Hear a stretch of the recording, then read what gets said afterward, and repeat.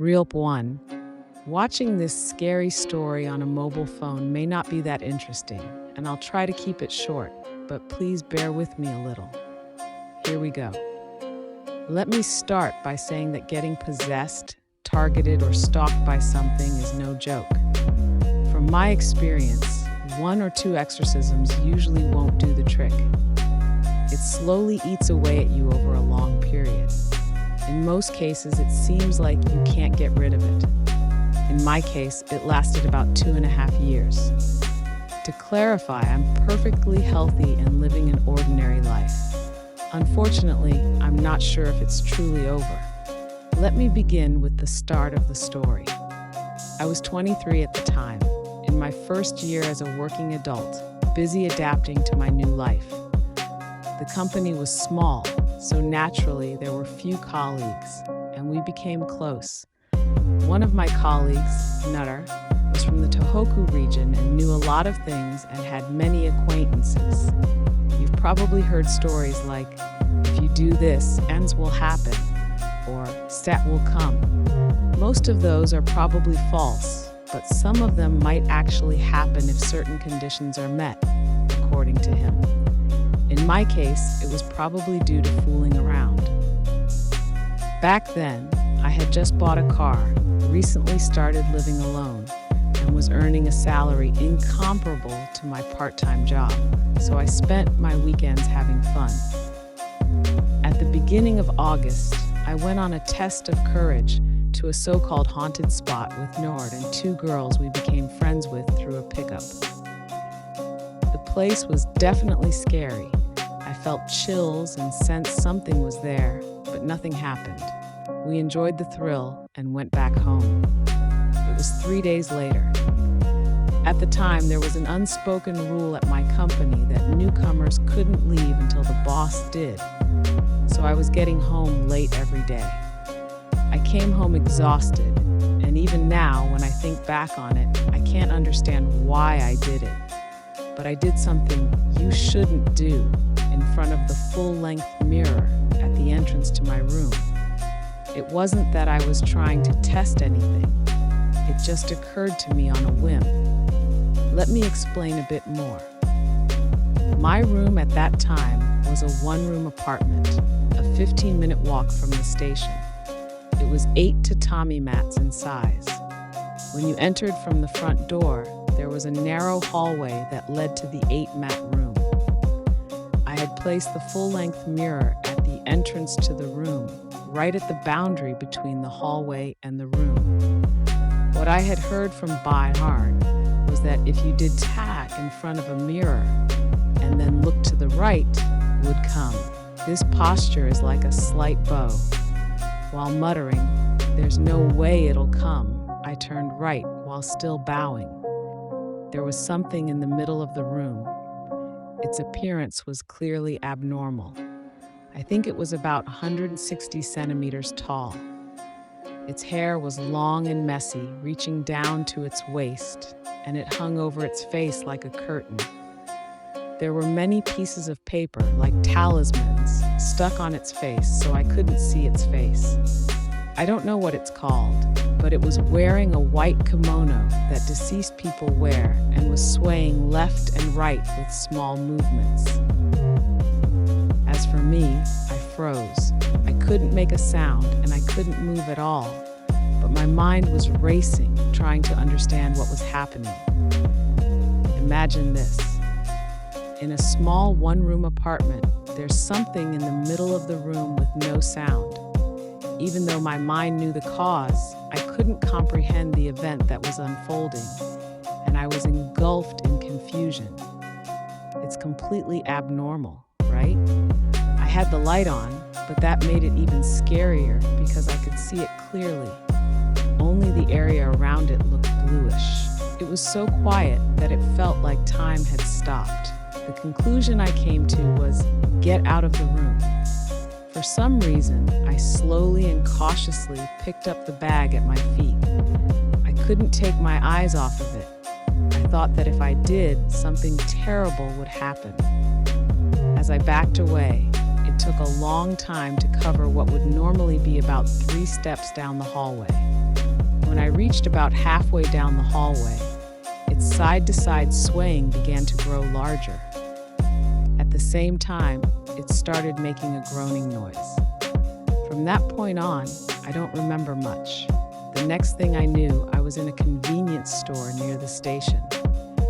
I felt relieved to be in a place with people. However, my mind was still in chaos, with feelings of anger and confusion like what the hell was that?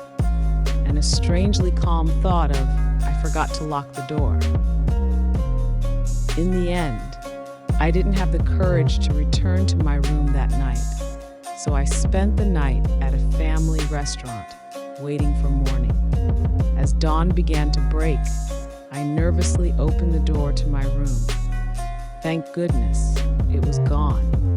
Before entering the room, I stepped back outside and had a can of coffee while taking a smoke break. I started to think that maybe there was nothing there after all. It was hard to believe that something like that could exist. With the daylight and the absence of the entity, I felt a bit more at ease. I entered the room a bit more boldly than before. Good, it's not here, I thought as I turned on the light in the dim room, darkened by the closed curtains. I saw a scene that confirmed what happened last night. On the floor where it had been standing, there was an incredibly foul-smelling mud, probably sludge, far more than just footprints. It didn't take long for me to recognize that what had happened was real. I suddenly realized it and panicked even more. I didn't turn off the lights. Haha. When I looked at my left hand, which had pressed the switch, it was covered in mud too. For a while, I couldn't shake off the gloomy feeling, but then I thought, well, what's done is done. This is a typical trait of my AB blood type. But despite the situation, I cleaned up the mud, took a shower, and went to work. I was really annoyed because I couldn't get rid of the smell, and that was a big problem in itself. But missing work was also a big deal. When I arrived at the office, my usual daily routine awaited me. I tried to find a moment to talk to Cutter.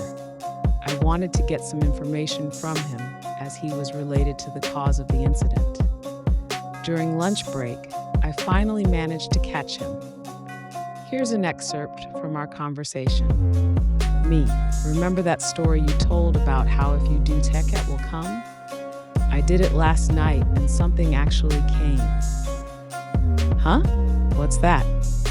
Me, I'm telling you, something really appeared. Oh, okay. You mean pre-cum, right? Hey, don't joke around. Something really scary appeared. I have no idea what you're talking about. I don't understand it either. It was no use. I wasn't getting anywhere. I needed to convince Nin to believe me, so I calmly explained what had happened the previous night. At first, Neri thought I was joking, but eventually he became half convinced. After work, he agreed to come to my place to check it out. At 10 p.m., and I arrived at my apartment, luckily having left work early. The moment we opened the door, the foul smell from this morning hit our noses. The stench, along with the heat from the closed room, assaulted us. Having been bombarded with my explanations on the way back, Morn muttered, "Seriously?" He seemed to believe me. The problem was whether Nanan could come up with a solution, but that was too much to hope for. He just said I should probably go for an exorcism and that he would ask some acquaintances. Then he left in a hurry. It was exactly what I expected, but I had hoped his wide network might help. Not wanting to stay in the stinky place, I spent the night at a capsule hotel. Honestly, I thought it might be the end if it appeared again tonight. The next day, I decided to visit a nearby temple. Going to work was out of the question. When I explained the situation to the monk, he casually replied, "I'm not a specialist, so I don't know. Maybe you should take it easy for a while. It's probably just your imagination." That's how the world is. That day, I visited several well-known temples and shrines in Tokyo, but none of them were much different. Exhausted, I turned to my family home in Saitama.